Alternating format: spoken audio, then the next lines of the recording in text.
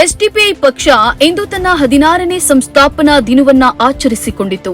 ಆಚರಣೆಯ ಭಾಗವಾಗಿ ಪ್ರತಿ ಜಿಲ್ಲೆಯಲ್ಲೂ ಧ್ವಜಾರೋಹಣ ಕಾರ್ಯಕ್ರಮದ ಜೊತೆಗೆ ವಿವಿಧ ಕ್ರೀಡೆ, ರಕ್ತದಾನ, ಸಾಂಸ್ಕೃತಿಕ ಕಾರ್ಯಕ್ರಮಗಳನ್ನು ಹಮ್ಮಿಕೊಂಡಿತ್ತು.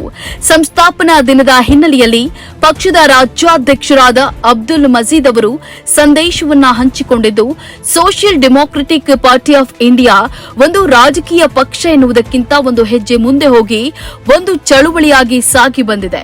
ರಾಜಕೀಯ ಪಕ್ಷಗಳು ಕೇವಲ ಚುನಾವಣೆಗಳಿಗೆ ಸೀಮಿತವಾಗಿದ್ರೆ, ನಮ್ಮ ಪಕ್ಷ ಜನರ ಯಾವುದೇ ಸಂಕಷ್ಟಗಳಿಗೆ ಜೊತೆಯಾಗಿ ನಿಲ್ಲುವ ಸಂಗಾತಿಯಾಗಿದೆ.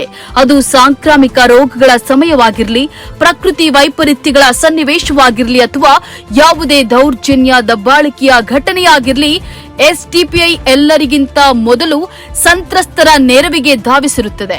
ಜನರ ಪರ ಹೋರಾಟಗಳ ಮೂಲಕವೇ ಜನರ ಪರವಾಗಿ ಅಧಿಕಾರ ಹಿಡಿಯಬೇಕು ಮತ್ತು ಆ ಮೂಲಕ ಹಸಿವು ಮುಕ್ತ, ಭಯಮುಕ್ತ ಸಮಾಜವನ್ನು ನಿರ್ಮಿಸಬೇಕೆಂಬ ಧ್ಯೇಯದೊಂದಿಗೆ ಮುನ್ನುಗ್ತಿದೆ. ಈ ಚಳುವಳಿ ರೂಪದ ರಾಜಕೀಯ ಹೋರಾಟದ ಭಾಗವಾಗಿರುವ ಪ್ರತಿಯೊಬ್ಬರಿಗೂ ಪಕ್ಷದ ಸಂಸ್ಥಾಪನಾ ದಿನದ ಶುಭಾಶಯಗಳು ಅಂತ ಹೇಳಿದ್ದಾರೆ.